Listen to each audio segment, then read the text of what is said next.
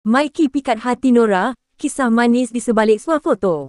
Pelakon terkenal Nora Danish menggemparkan industri hiburan setelah rakannya, perunding kewangan yang dikenali sebagai Mickey Ayo, berkongsi swafoto bersama beliau menerusi Instagram Stories, mencetuskan spekulasi hangat mengenai hubungan mereka. Pada 9 September 2025, Mickey Ayo memuat naik gambar bersama Nora iaitu swafoto mereka berdua. Nora tersenyum sambil menanda gaya peace, manakala Mickey kelihatan santai. Gambar itu turut disertakan muzik latar lagu Surat Hati oleh Divino yang dipakai sebagai kenyataan halus bahawa ada makna hubungan antara mereka.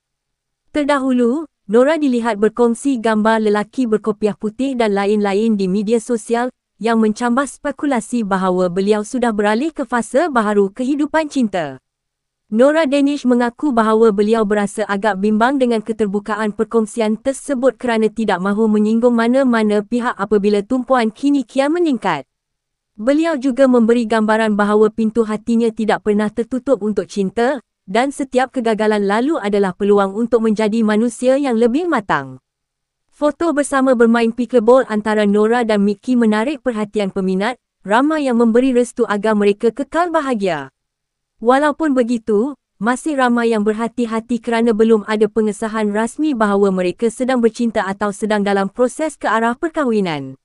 Walaupun tiada pengumuman rasmi yang mengatakan mereka adalah pasangan, langkah mereka berkongsi momen bersama secara terbuka boleh dilihat sebagai isyarat bahawa Nora Danish berada dalam fasa baharu dalam hidupnya. Mickey Ayo setakat ini kelihatan sangat penting dalam kehidupan beliau, menceriakan dan dikatakan kerap membuatkan Nora tertawa. Namun Nora sendiri menegaskan bahawa makna sebenar gambar dan perkongsian itu masih terlalu awal untuk ditafsir sebagai sesuatu yang lebih rasmi. Bagi saya, kemungkinan besar ini adalah fasa kenali hati budi antara dua individu yang masing-masing sudah matang dan mempunyai pengalaman hidup, Nora sebagai selebriti ibu tunggal, manakala Mickey sebagai lelaki yang pernah mengalami kegagalan perkahwinan. Sama ada ia akan membawa ke fasa yang lebih serius atau hanya persahabatan rapat yang terbuka, masa akan menentukan. Peminat boleh terus mengikuti perkembangan, namun perlu diterima bahawa kadangkala swafoto dan muzik latar boleh jadi hanya hint manis dan bukan deklarasi rasmi.